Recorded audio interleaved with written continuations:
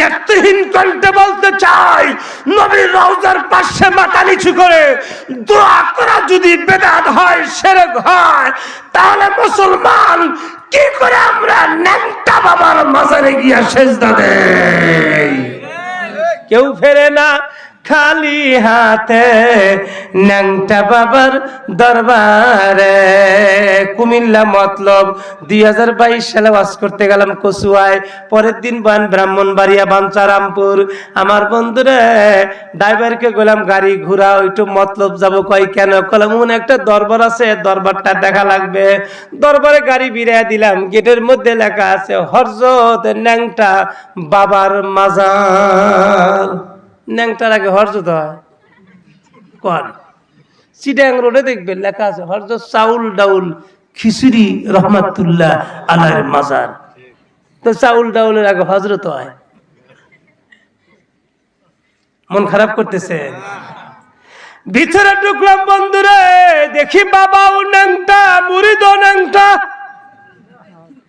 মুরিদরা জিকির করতেছেন, খরমপুরে আছে আমার কেল্লা বাবা রাস্তা নওয়ানির চাই তুমি অলি রে আল্লাহ মিটাইয়া দাও মনের জ্বালা আমাকে কইরো না রে হেলা দিও তোমার ঠিকানা এসপির দস্তগীর আব্দুল কাদের জেলানিয়া আমার কলবে হায় আমার কলবে আইসার বাবা দিল কইরা দাও নুরানি।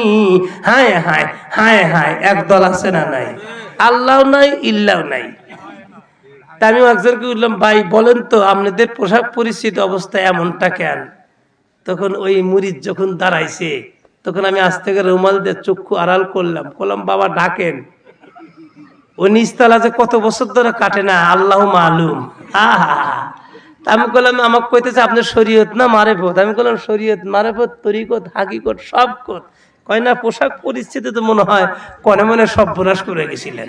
তাহলে দেখেন আমরা দায়ী আল্লাহ, আমরা সারা রাত গাড়ির ভিতরে থাকি ভাই, মানুষের কাছে দিন বছর করে ভেড়ে আমাকে কয় যে মনে মনে সব বোনাস করে নিয়ে গেছিলেন।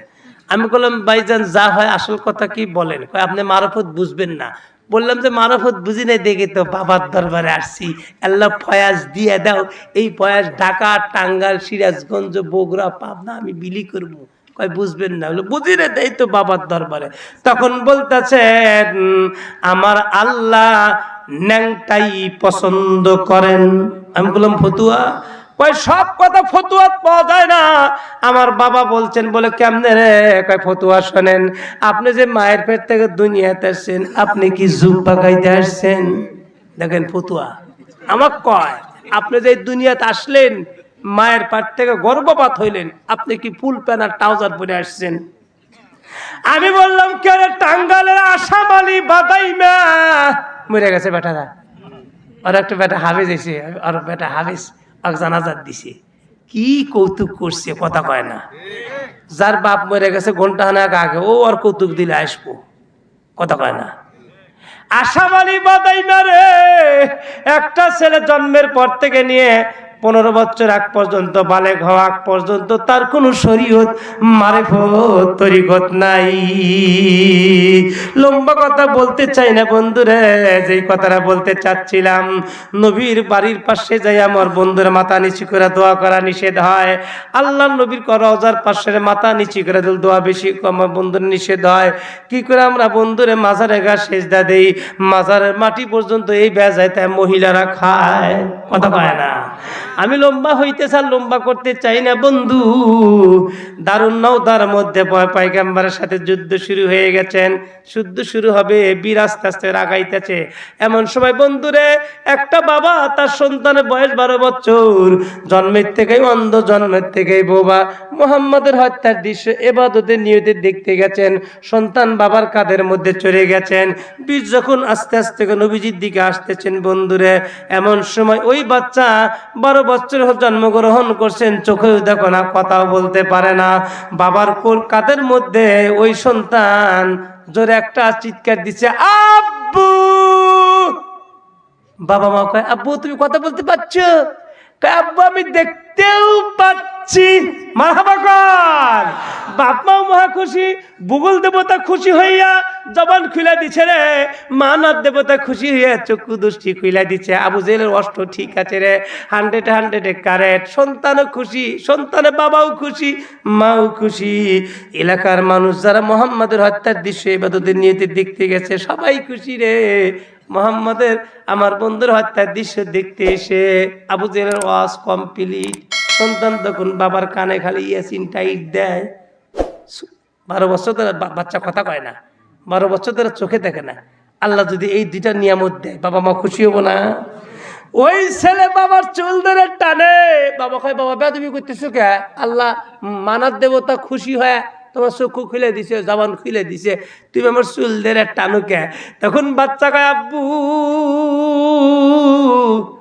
আপনি কি ওই নবীকে মারতে দেখতে আসছেন? ওই বীর কি আমার নবীকে মারবে? তখন তার বাবা কয় বেটা রে, সেই জন্য তো বুগুল দেবতা খুশি হইয়া তোমার জবান চক্ষু খুলে দিছে।